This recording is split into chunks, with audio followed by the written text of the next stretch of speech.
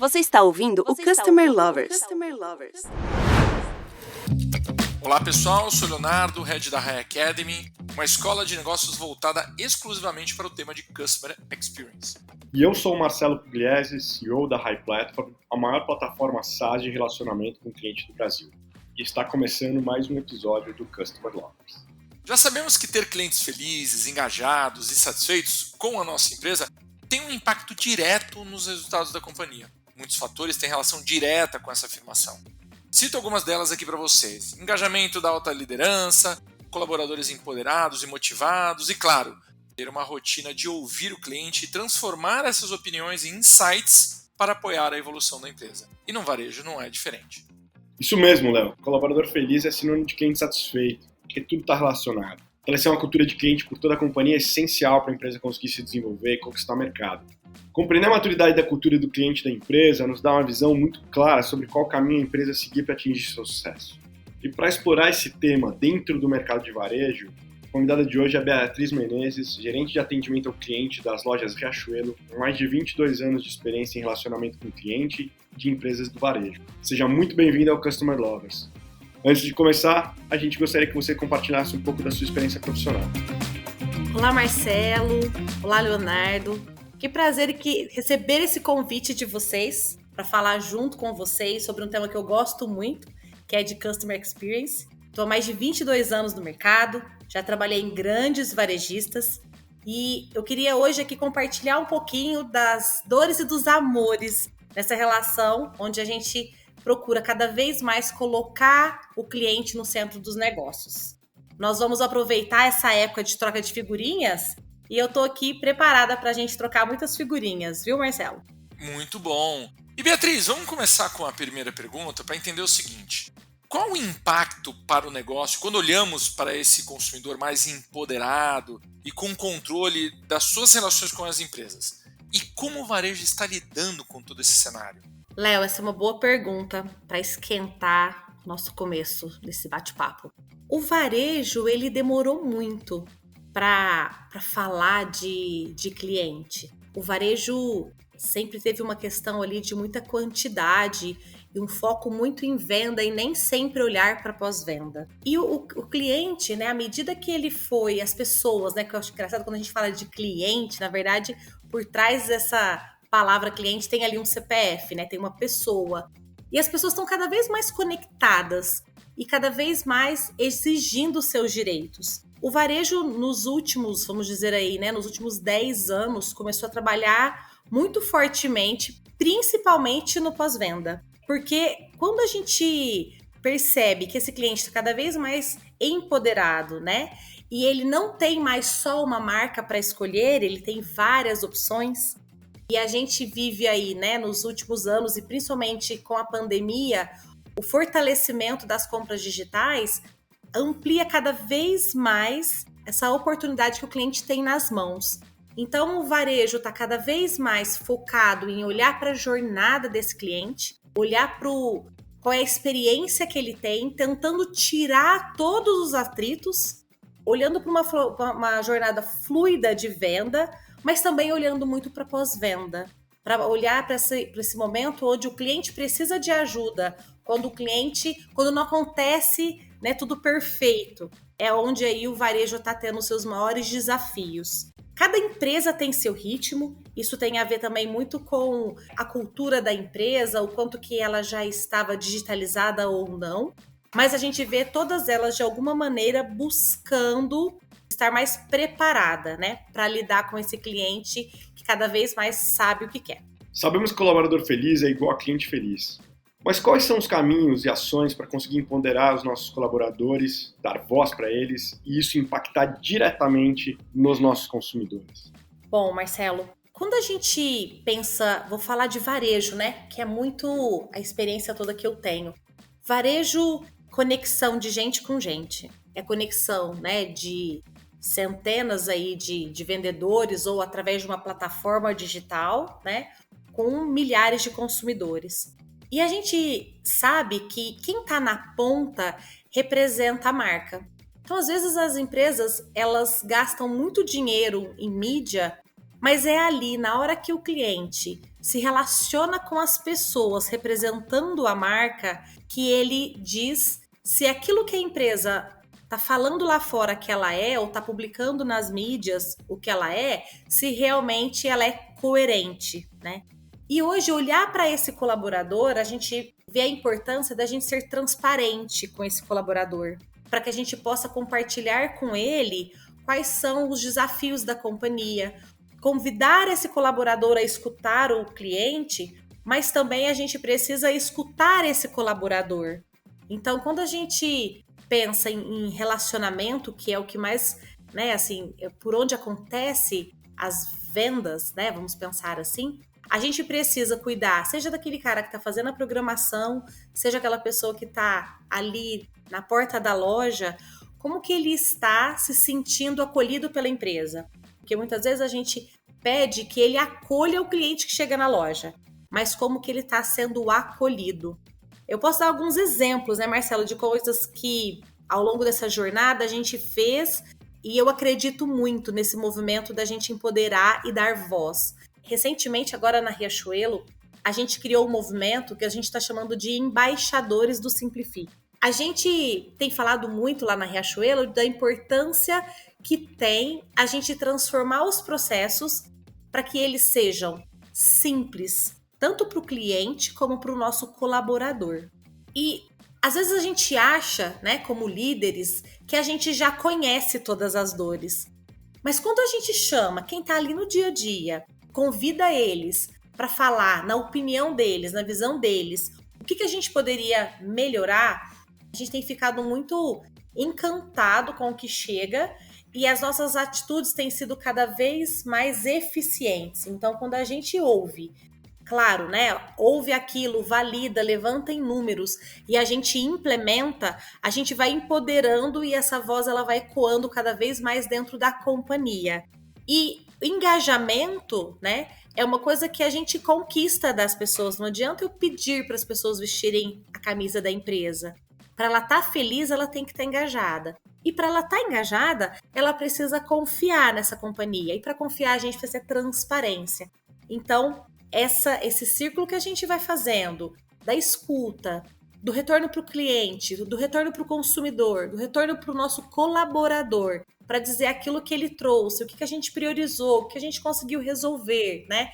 Tem dado muito resultado dentro da Riachuelo e é um modelo que eu acredito bastante. Beatriz, quando ouvimos nossos clientes, seja através de programas de voz do cliente ou qualquer outro canal de captura de opinião, ouvimos suas dores.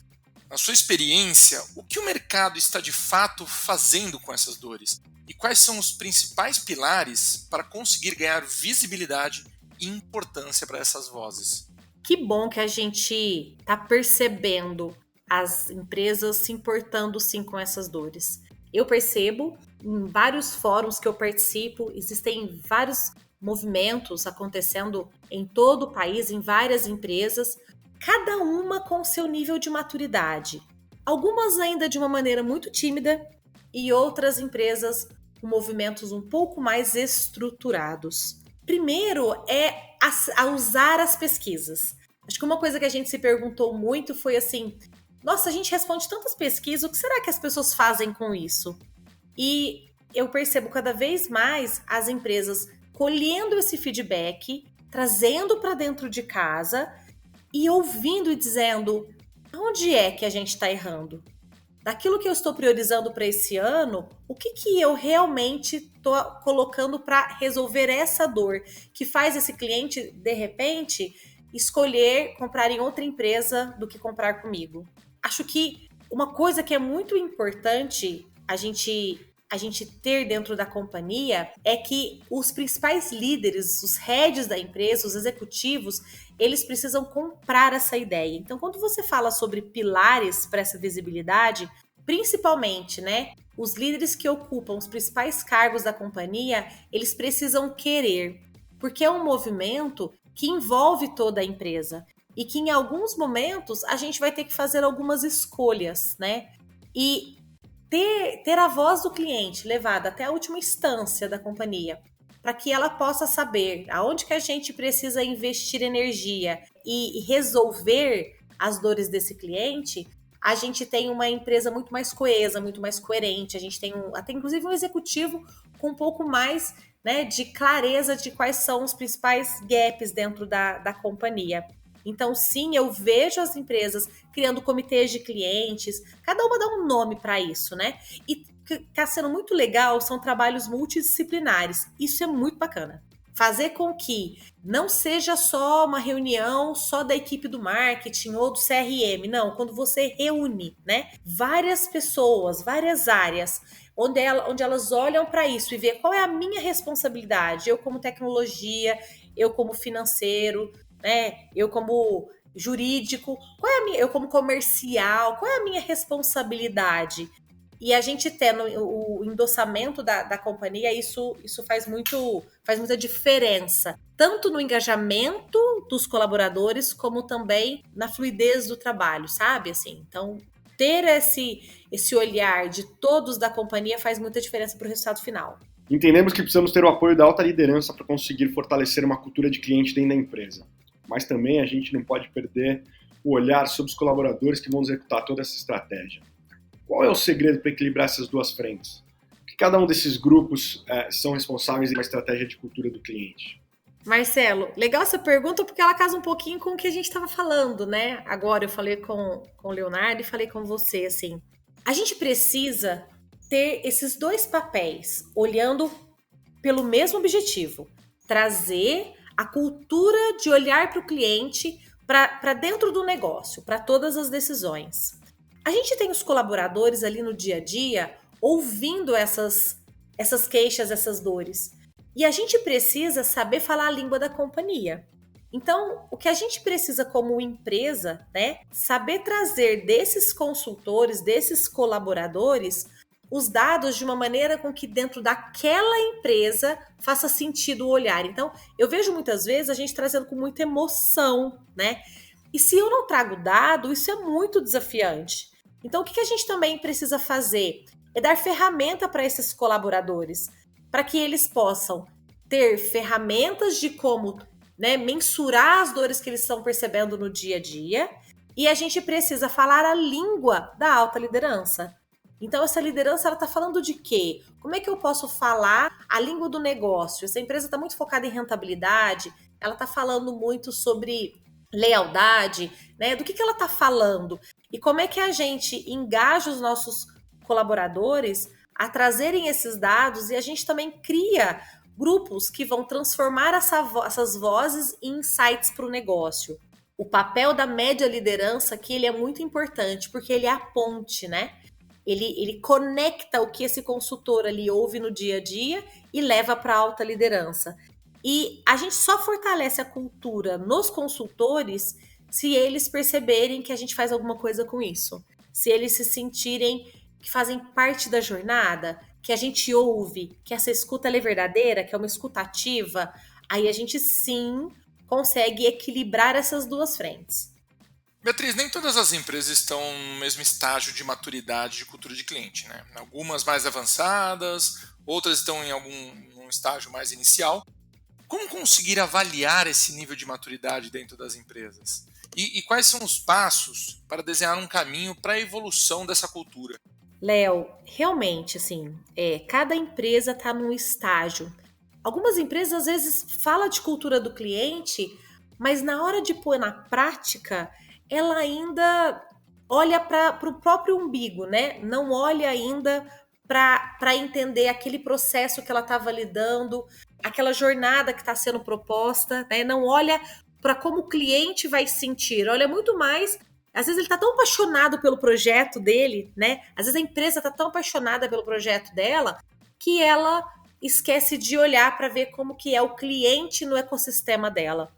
Acho que as empresas têm evoluído essa maturidade primeiro por uma necessidade, né?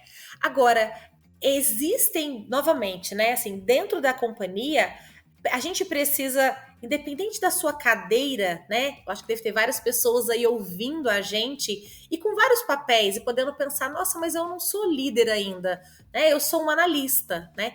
Mas como é que cada um pode olhar a partir dos dados que tem e começar a construir esse movimento e provocar dentro da companhia esse olhar. Então, esse é o convite para que é um papel que é provocado do lado de fora, mas ele precisa também ser impulsionado dentro da empresa. Então, se você está dentro de uma empresa que ainda você percebe que está no estágio inicial, que não está ainda, né, assim, tão focada no cliente, acho que é uma grande oportunidade para as pessoas pensarem assim, nossa, como que eu posso contribuir? Como que eu posso movimentar, né? Como que eu posso impulsionar esse movimento? Eu acho que é a combinação, né, desses dois movimentos, tanto de fora como das pessoas dentro da companhia. Ter todo mundo olhando para a mesma direção é importante para fortalecer a cultura do cliente. Como você enxerga a importância desse mindset de cultura do cliente no time? Como você faz para engajar o time, para ter essa mentalidade e aplicar isso na rotina de fato? Sabe, Marcelo, que quando a gente fala, né, sobre mudança de mindset, sobre esse olhar para a cultura, para o foco no cliente, né? Acho que uma das coisas que eu nessa minha jornada mais tive desafios, eu brinco que é a síndrome de Gabriela.